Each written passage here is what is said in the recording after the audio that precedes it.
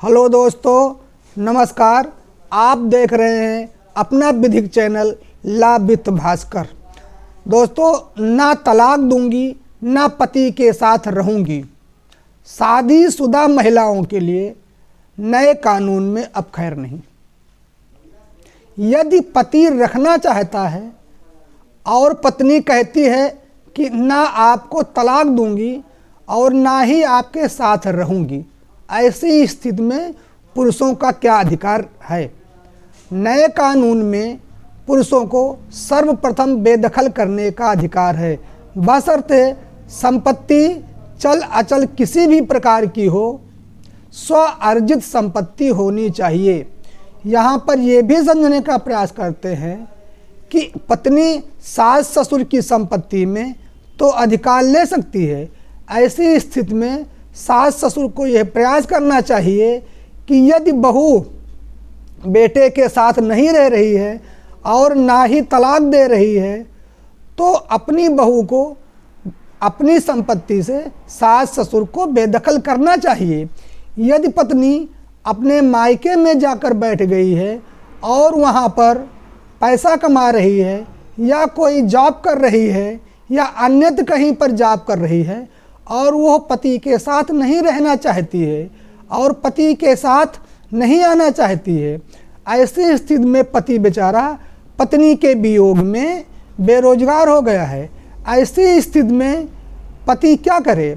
सर्वप्रथम ऐसी स्थिति में पति को हिंदू मैरिज एक्ट की धारा 24 के तहत भरण पोषण मेंटेनेंस का अधिकार मिलता है, जिसका वो उपयोग कर सकता है। यदि पत्नी बच्चों को लेकर कहीं बाहर कमा रही है और पति को ना तलाक दे रही है और ना ही उसके साथ रह रही है, ऐसी स्थिति में बच्चों को कस्टडी में लेने का अधिकार भी नए कानून में पुरुषों को दिया गया है। नए कानून में ये भी व्यवस्था दी गई है कि ऐसे लोग जो कोर्ट मैरिज किए हैं या लव मैरिज किए हैं और उनकी पत्नी चली गई है और वो आना चाहती है परंतु उनके मायके वाले नहीं भेजना चाहते हैं, चूँकि मामला लव मैरिज या कोर्ट का है और पत्नी बेचारी व्हाट्सएप पे या मैसेज पे या ईमेल से अपने पति को ये संदेश दे रही है कि मैं आना चाहती हूँ, ऐसी स्थिति में पति को ये चाहिए कि लड़की के क्षेत्र के संबंधित एसडीएम को 101 BNSS के तहत शिकायत प्रार्थना पत्र देना चाहिए। शिकायत प्रार्थना पत्र पर विचार करते हुए एसडीएम महोदय लड़की के घर वाले के यहाँ 2 पुलिस भेजकर उसको अपने घर से निकलवाते हुए पति के घर पहुँचा देंगे। मित्रों, यदि हिंदू मैरिज एक्ट के तहत शादी हुई है तो पति पत्नी को कैसे ले आएगा? इसके लिए हिंदू मैरिज एक्ट की धारा 9 ये व्यवस्था करती है कि यदि पति लाना चाहता है पत्नी को तो वो विदाई का मुकदमा पारिवारिक न्यायाधीश के समक्ष कर सकता है। यदि वो विदाई का मुकदमा में भी नहीं आ रही है तो पति बेचारा एक तरफा तलाक ले सकता है।